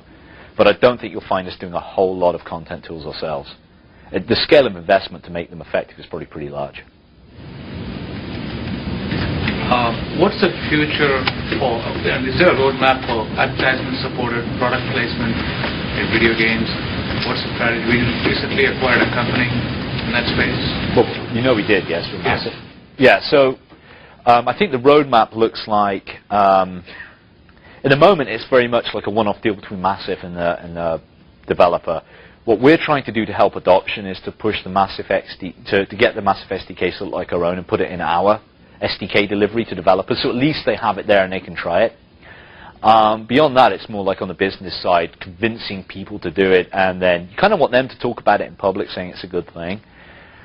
So that's the game side advertising model. We're also looking at more like the system side advertising, like, you know, when you're in the dash or on live, is there a banner space we can sell? If you're thinking about Community Arcade and sharing these games you've made with XNA Game Studio Express, can you link advertising to it? So as you're downloading these fun experiences and playing them, you see an ad while it's loading and things like that. That's sort of the level of our thinking at the moment. We're not super advanced in the advertising space. Any question? You said that security and the perception of security was really important, so why move Xbox Live to bridge consoles and PCs, where PCs, you have no control from patch buggers, totally accessible? Because, I mean, the short answer is why we think it's worthwhile taking that risk, is we think that if you look at the stats, I think it's something like, this will give you the right scale. I don't know if I got the stat right. It's like 60% of Xbox 360 players also play on PC. We think there's actually a lot of people that would like to cross-play, and I think our view is our need to get to the end strategy vision goal of connected entertainment across our platforms is worth the security risk to get there. And we're doing absolutely everything we can with software security. We can never be as secure as the hardware we've got built into our console, but we're doing as much as we can in software. And we're using, like, Chi Chu, who runs that group for Chris Pirich, has kind of mined all over Microsoft for every technology he can find that helps security. And we're doing as much as we can to try to keep that service secure. We can't make it as secure as Xbox, but we think we've done a pretty good attempt. But we think it's worth that risk to be able to get to that end vision of connected entertainment. Did that answer? I guess so. So you have no plans to, like, you can't select, could you tell people, well, I only want to play against Xbox, just for those people who care, people who are uber security conscious? It would be quite, it depends what you mean by security. I mean, there's security as in the game client does what I expect. Well, there's this perception. If ever this perception should get into the community, right. Oh, I don't really trust everybody because maybe some of these people are running on PCs. Yeah. You suggested that even the perception of lack of security. Yeah. Well, there's perception of lack of security as in, there's the online one. Yeah, you're talking about the online one is, like, I don't want to play because people cheat. And absolutely, the good thing is, I mean, it is on a per game basis that you can link together. So it's not, it is sort of a rounded game rather than we do want it to roll a tribute to the service, but it will be on a per game basis, not on a whole service basis. But there will be one game that can cross-play this summer, which is Shadowrun. But it is a good point. I mean, we've taken on a new challenge, which is how the hell do you stay ahead of PC hackers to keep cross-play games like somewhat fair, without having sort of server verification of. You could do that. I mean, you could have server verification of like gameplay packages that go back and forth, see if anything's out of range, which would help a lot. But yeah, it's tough, especially in the land of keyboard macros and other stuff. Any question? So if you have tools for helping developers develop on multi-core systems, who are the right people to engage with? I would engage with. Do you think it's really around like professional developers, like native code, professional environment? I would engage with probably Mark Van Antwerp, who runs the professional game platform for me. So you can either email me and I'll pass you on to Mark, or engage Mark Van Antwerp directly. If you don't know Mark, he also was the architect of Xbox Live. But he runs the PGP group, and he'd be the right person. Again, anybody can always email me and I'll push you to the right person. Yep. What about other kinds of services for Xbox Live users that are not gaming related? Do you have some roadmap for that, and how open would that be to outside developers? So, the one that we've really, I mean, the way if you think about the businesses in Robbie's world, we sort of say gaming, music, video, communications. And that's how we thought about the additional services. So you have the gameplay one at the moment. If you've been to Video Marketplace, you've seen that you can download like movie trailers, you can download television shows in standard def or high def, you can download standard def or high def movies on a sort of per rent basis. So we've already moved there with movies. I think next will be music. We're doing an IM client, so we're looking at the communication side. So we're looking at each of those buckets. In terms of opening up to outside developers, that's not something that we're really that into, to be frank. It's more, we're trying to tightly control the experiences and to keep them kind of consistent with the console environment. Like, how does a movie service look on a console versus just anybody plugging in a movie service? What we do is work with partners. So, we work with a partner that can flow us all that content of movies and television shows. Same with music. We'll pick a partner, work with them to get it on the system. And that's sort of more of our roadmap, is how do you take other experiences that a gamer would want and start bringing those into the console, mostly in an online environment. For instance, we've not really discussed, should we do a weather channel? Because we have a weather channel. We're like, weather channel, movie downloads, weather. Let's do movie downloads. I will say as well, just to be frank with them, we're paranoid. Like, God damn, do we do a web client? If we do a web client, you kind of lost control. Is that good? Should we just give up control? It might be the right thing to do. Who cares? Let our consumers enjoy our platform. But we haven't quite jumped that chasm yet. So for now, the web client is not in the plans. A web client is not in the plans at the moment. It comes up a lot. So my other joke is like, our plan is to put a networking stack into XNA Game Studio Express by the end of the year. And so if that's a general stack, I mean, you literally, day we release it, you probably, midday the next day, somebody will have ported a web client over to XNA. So it sort of could be a moot question if we really do release Game Studio Express with network stack this fall. That will be my next question. What, Game Studio Express will have a networking stack? Yeah, that is on the roadmap. So at that point, you kind of got to like throw your hands up and go, well, people are going to do whatever they want. And to be honest, the community doesn't. We saw from Xbox One, they do some amazing apps. Like they can do some, like the best media center, shouldn't say this, but was actually done by the community on Xbox One. They did some great kind of alternate dashboards and that. So in some ways I'm kind of excited about what we'll see when we get that. The other ways it kind of terrifies me. But, have to take some terror in life. Any other questions? Yep. Is there any attempt to actually have XNA go to other devices, like for example cell phones? Yeah, that's actually on a roadmap. I mean, I don't know which smartphone. I mean, it will only probably be smartphone. And I don't know whether it's going to be, 6 or whether we'll wait for 7. Really, what we need is to be convinced that there's enough interest in gaming on smartphones for it to be worth our while. So we will look at all of Microsoft's device platforms and see whether it makes sense to bring XNA Game Studio Express, that the managed framework to those platforms. But smartphones is definitely something on a roadmap. It's really a question of when, not if. The same XNA is potentially branching to other things than gaming. Like for example, if you go to CES, there are many devices that are very tailored to video on demand, for example. Right? Would somebody be able to do that if they wanted to? Like potentially, how would they approach Microsoft about that? So that's a two-faced answer. Yes and no. Yes, and that I can't stop them. If anybody wants to pick up XNA, they want to go write medical simulation on Xbox 360. They get it. They get the $99 subscription. They're good to go. I don't encourage it. The reason is, we've got to stay with we need to drive profitability back to Microsoft. So we'll start there. That means we need to be very careful about our resources and what we engage in. And we don't, frankly, have the resources to start taking requests and be servicing lots of industries. So what I keep telling people is, sure, you want to pick it up, you can. Understand, if you're not in the gaming industry, I'm not going to support you, and I'm probably not going to take feature requests from you unless it just happens to coincide with something gamers want.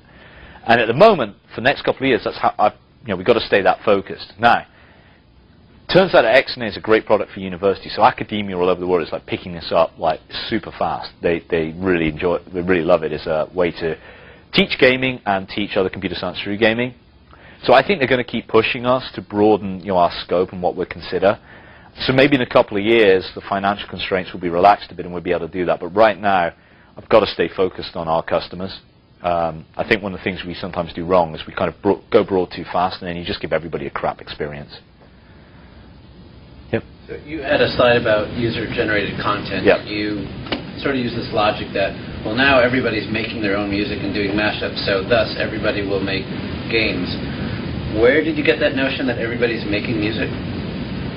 Well, from the amount of, when I say everyone, I mean it's always a case of 1% of a community produces for 99% of the community. But contrast that, that's still orders of magnitude compared with professional people that produce the same type of media.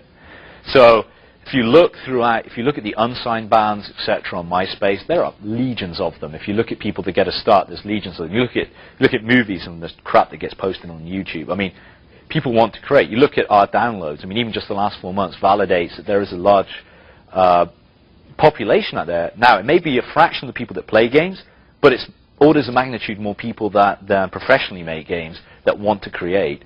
And so it's partly from what we saw with other industries and our own experience, talking to people who are embedded in those industries, being around consumers. Like whenever I go to trade shows, I talk to press, talk to analysts, talk to the end gamers, and they tell me, like, we love this shit, we want to make games. You look at our forums, how fast they've become some of the top forums on MSDN. There is like a lot of latent creativity out there. So we have a lot of circumstantial evidence that in fact is the way the world's going. And you can, that may or may not convince you, but that's just why we're convinced. I'm just wondering where you get the numbers. Yeah. That's all. Because most of the stuff I look at on YouTube, it's appropriated or shoved together existing content. It's not that someone's actually creating something new necessarily. Yeah. On the same topic, there's that getting to a fuzzy line between making games and making content for games, music and art. Does your interest in user-created content imply that Microsoft has traditionally stayed out of the business of sort of vertical content creation, like Photoshop and Cakewalk? And is there interest in delivering that kind of tool for this content creation community, like more vertical music creation kind of things? Yeah, I think there will be. I don't know quite what the form is now, but if you think about the logical step, it's saying, okay, well, let's say we enable game creators. Just like you said, there's lots of... Something keeps buzzing me. Oh, it's the next meeting, because of course smartphone would like to buzz me for an hour. So what we see is like that's the first step, but like you said, there's like lots of people. I mean, if you take, okay, perhaps there's 100,000 people that want to program games. I bet you there's 1 million people that want to make content for games, because just more people get into it. And so I think the first step is if we can convince people, this is pushing a boulder uphill. Opening up the console, letting people develop, this is not an easy thing. This gets you branded, as I know, roughly something like heretic. But once we've proven this works, I believe the natural extension is, if this is the way that a lot of media is going, and we start to prove that out, well, does Microsoft want to be at the leading edge of that? So, okay, well, a couple of things transpire. You say, well, maybe we should either have acquisitions, partnerships, etc., with people that can make content tools, and then also, how do you plug these people together at like a metadata level? So you can make it easy for like programmers to find content, but then the people who made the content get credited for that because you've stored strong metadata about the things that you're creating. So I think over time, and I don't really know, I don't have a vision in my head yet, but I think you could see this extending to other media. So it's not game creators, it's content creators in the broadest sense, whether it's music, whether it's design, whether it's other types of audio. And all the aspects of art, like animation, rigging, character modeling, texturing. How do you bring all those people together into the sort of same creative community? So that was a long way of saying I don't really know. So who's tackling user-created content from the player perspective, as opposed to, I understand, you would sort of own it from the developer perspective and up to GSE and such, but when you start to go and you're creating a game with the game controller on the Xbox itself, is that like the all-access guys? No, it depends if it's a platform-style play, no, it'll still probably be my group. And it depends whether you're basing it around, like, is it like modding? Is it basically like, have you seen Little Big Planet? Do you mean that kind of stuff? That's more like, we might be able to provide a platform to make it easier, that'll probably be my group, but something like Little Big Planet really that's a one-off instance of a lot of custom code to do that. I mean, have you seen Forza Motorsport 2? No, I haven't seen that. So what they've done in that, it's a game coming out soon for Xbox, is you take your cars and you can tune the hell out of them, whatever, custom shock, springs, wheels, whatever, tune it right up. You can then there's a really good paint package, you can paint great liveries for it and do great body artwork. Then you can completely tune out the car on the track. What you can do now is you can take that car You can go online and sell it, and then people can buy it. You take that money, you put it back in the game. You can do whatever you want. So you could actually get up to all the exotic cars rather than being great at racing, being good at like spraying other cars and just selling them for a profit. And it's not as intuitive and easy as Little Big Planet. That was a very visual, immediate thing, but it's that same kind of idea. And I think that's already built on some of our platform technologies like XLSP. But it takes a lot of investment from the creative team. A more platform play like modding does take investment from the creation team, but they need things on our platform that don't exist yet. Like if you think about how you would allow console games to be modded and remain secure, it's a pretty tough challenge. Yep. This could be one of your secret answers, but is there any plans for PSP type devices? Sorry, a PSP type device? Yeah, it's not really this year. We look at it every so often, and so far every time we've looked at it, including quite recently, there's just not a compelling reason to go do it. PSP is somewhere between abject and poor in terms of how it's done. Hardware sales aren't terrible. They're nothing like Nintendo's hardware sales, but the software sales are pretty damning. Third parties aren't making much money on it. I mean, they're pulling out. You might not see it in the press yet, but they're pulling out. The UMD movie sales have been pretty disastrous. Interestingly, it's Sony's best platform for modding, and the one thing that would make PSP super relevant is the ability to mod.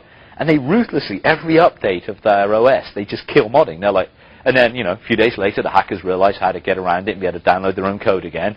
And then Sony will do a new mod with a new feature in it, new OS update with a new feature that kills modding yet again. I'm sort of mystified because it would be the one thing that makes their handheld super relevant against Nintendo, and they can't stand the lack of control. So whenever we've looked at it, we've just never been convinced it's a good enough business model to get into. The other side for us is the sheer... Even from an attached perspective? No, we don't. That's the point. Like, there isn't a lot of software sold for it.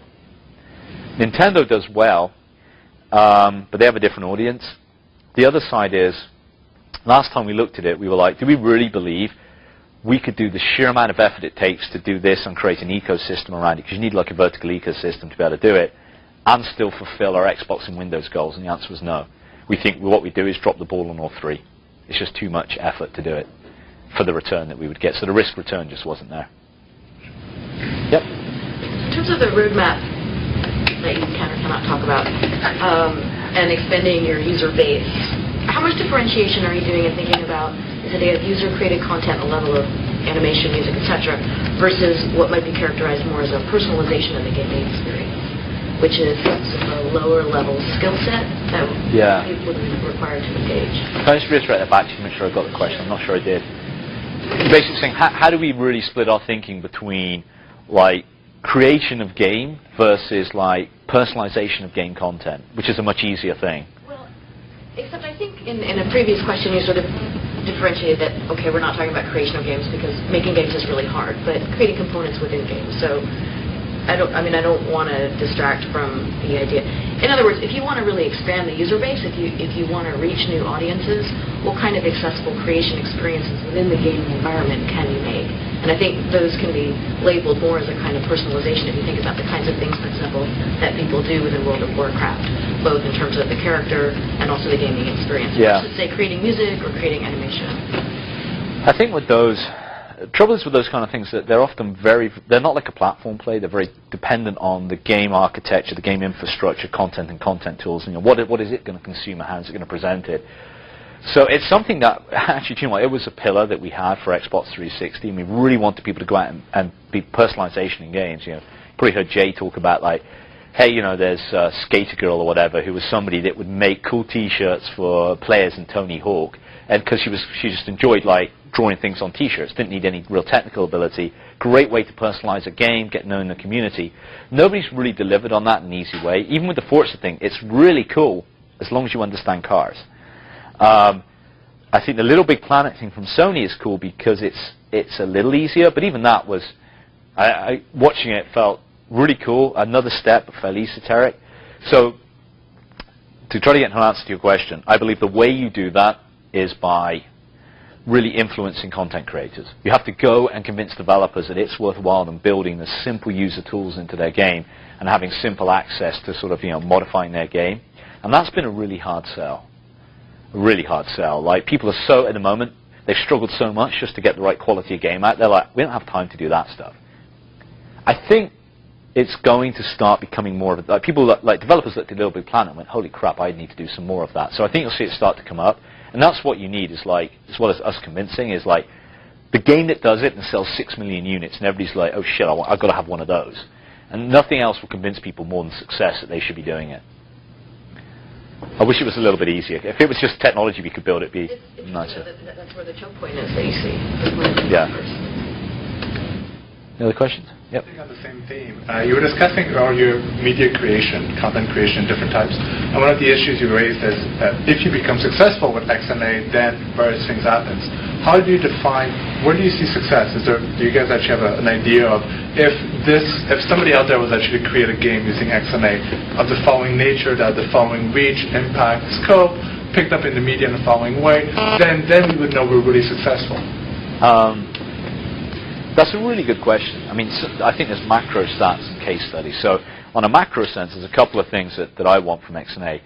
Assuming that we can make the right business cases to get sharing done, I think when we get on the order of probably 1,000 to 2,000 game experiences done by the community a year, that's a really good stat. And with sort of download and play experiences in the, I don't know, I'd say 120,000, sorry, do I mean 120,000? 120 million a year download and play experiences. Then I think we've really sort of cracked it. In terms of other stats I would use, like I want to have XNA as part of the curriculum, XNA Games Express as part of the curriculum in 2,000 universities and 5,000 courses within 5 years. So that's my academia stat. I think when we get the first game, where people play it, it goes on the community, and it becomes gets voted up and becomes a big hit, and then those developers go on and make like an Xbox Live Arcade game or big hit, and they become rich, successful developers. That's like the fulfillment of the dream. That's what will. And I talk about this a lot. I haven't talked about it today, but the idea that you need to present people like the dream, even if they're not going to do it. Like, I can start here with my first experience, and I could become like the game equivalent of a rock star. Even if I'm never going to do it, I don't want to. It's like if you picked up a guitar and said, hey, I'm going to be really good at guitar, but if I ever want to be professional, I've got to go play piano. Like, you'd be like, I'll never pick up a guitar. It's got to be the same. I've got to start at Game Studio Express or a tool on top and think I can go all the way from there to a professional developer, and there's a natural, easy progression of tools all the way along. There's a natural progression of publishing channels and community, and I think we have to provide that because that gives you the dream. So the first time I see somebody go along that path, we've got people who are going to, by the end of the year, will have done some of that, but have really gone along that path, and we can point to them and say, see, it can be done. I think that's when we've really hit success in terms of the dream part. But you still, like, that's only for a certain class of people, so you still got to have just that wide, like, a couple of thousand games being done a year. And I picked that because it's like 8 to 10x the number of games we get produced at the moment. You said that the choke point for getting technology in was the publishers and the developers. Yep. Now, we own some publishers, like we are first party. We own one publisher. I mean, can we just tell Bungie, okay, you will use this software, Rare, you will use this? Great question, and the answer is no. I wish you could do that. Here's the problem: it's a creative industry, and so if you imagine how employable the guys at Bungie are, like. So it's a negotiation and balancing point, because if you just go, you've got to go use this, you can do that. So let me answer 2 ways. You can do that with some developers. But if the team's uber successful, like a Bungie, like the kind of people you'd want to influence, it's like trying to influence movie stars. It's kind of like, wow, we could probably do it, and we can get to the point of saying you're fired if you don't do that. But it's tricky when it might actually be true that you need them more than they need you. Because they can walk to a top job anywhere in this industry. Venture capital will pay them to set up their own studio any day of the week. So it's this really tricky problem that if you come from the technology side, it's like, we got what problem? But it's really like the creative problem, where you're really dealing with creative stars effectively. And so it's really hard just to walk up to a developer and say, you must use this. Now, that's the real top end of the industry. EA sort of did this. They had their core technologies, and they said to people, we think our franchises are stronger than star developers. Perhaps Will Wright's are an exception, but in general, our franchises like Madden, like Need for Speed, are probably more important than you as individual developers. So here's the deal. You can use our core technology or you can find another company. And they stuck to it and it worked, sort of. What they did is they said, sure, we'll take the core technology. Then they spent all their time monkeying around to try like remove pieces of it and do their own. But it basically worked because they were more about, it doesn't matter who builds Madden. We don't need super creative talent to build Madden anymore. Like, and I want to be clear about this. Like, what I mean is we don't need new design stars. We kind of know what we're building. We need amazing animators, amazing artists, people that can tune controls and get great gameplay, people who can build AI into gameplay. But what they don't need is like the next 3 creative stars in the industry to build the next Madden. They say our franchise is more important than these stars. I think with some studios like Bungie, that becomes very difficult. Like if you lost the core of Bungie, yeah, we've got the franchise. Would you get the same kind of cool gameplay experience? Maybe, maybe not. Certainly not for 2 we wouldn't have done. I don't think we would for 3. Maybe by the time we get to version 4 you could. So it's a difficult balance of being able to just go and tell people to do stuff. The follow-up to that would be to say, how do we as Microsoft as a corporation, A, do we care at actually trying to convince people at Bungie that there is technology within Microsoft they should go and look at? And B, how do we help them understand that there is stuff out there and use it?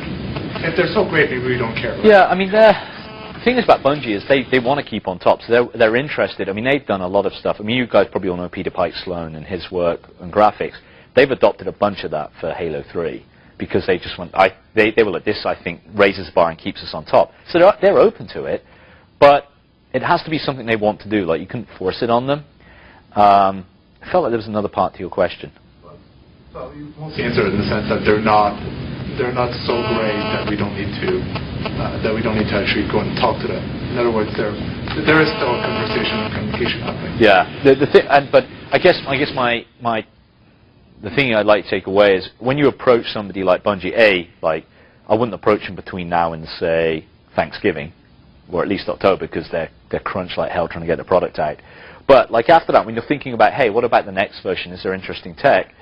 And you know, I suffer from this as well, but make sure you approach them like being respectful of their knowledge about the industry and what they do. And if you've got, and like their tech guys are super techy. They love talking about technology. So if you take the time to understand their problems and how you could help them and present it in that context, rather than, I'm not saying you would, but some people come and go, hey, I've just done the best X whatever. You should use it. It's going to be better than anything you've done. For a game team, that's super frustrating because often the person coming in doesn't understand the industry. And the worst case is when somebody comes in and goes, hey, we've got a new X, it's going to like change your life. They're like, yeah, I could have bought that from a middleware vendor like 2 years ago. But if you have got unique tech and you approach it the right way, a lot of teams are very open to listen. They want the edge. Just hopefully from today you've seen some of the constraints they're working under. So if they seem obtuse or anything, it's probably because some of this stuff is playing on their minds. Probably make this the last question. So I'm sure I've got to get somewhere in Battle Road works again. Switching back to your academic reach again, yeah. Are you primarily targeting computer science departments for your reach? Yes. Versus, I want to be careful what the versus is. Because do you consider gaming courses computer science? Well, I think I actually just took on a course with you done the last 2 semesters called Digital Play, which was taught through the Arts and Sciences School, the Honors Department. And I had 50 different types of these honors students, and they all got together in teams, building these amazing gaming tools. Some of which girls had never had that aha moment or experience of being able to work in a team environment. That's probably where you were targeting your academic reach. Yeah. So who we go out and target, or who tends to come to us the most, is either computer science courses or gaming courses. But we go below university academia as well. We're working with like Giant Campus. We're working with like, even locally, working with DigiPen for their summer camps. But we're really open to anybody. I mean, we're getting to what we're trying to do is get to the point where it doesn't take like one-on-one stuff with us because we're just so capacity constrained. So I think at about the 80 university level, we said like we can't even sign you guys up anymore, and we're pointing people to ADEs and stuff. And the subs and the ADEs in region are just taking that on. And what we're trying to get to is more like course books, general X&A books. Got about 4 coming out, like off-the-shelf courseware, and then the tools are easy just to go and get. And the good thing about it is if you go out, there's a lot of good community sites that can have a ton of resources and tutorials. So we wouldn't focus on it, but there'd be absolutely nothing precluding you doing that, other than you might find it's not the right development environment, but it's still, even though I've said, it's harder, we need to make easier tools, still nearly anybody who uses it thinks it's way the easiest development environment they've ever seen. So there's nothing precluding it. Okay, well, thank you very much.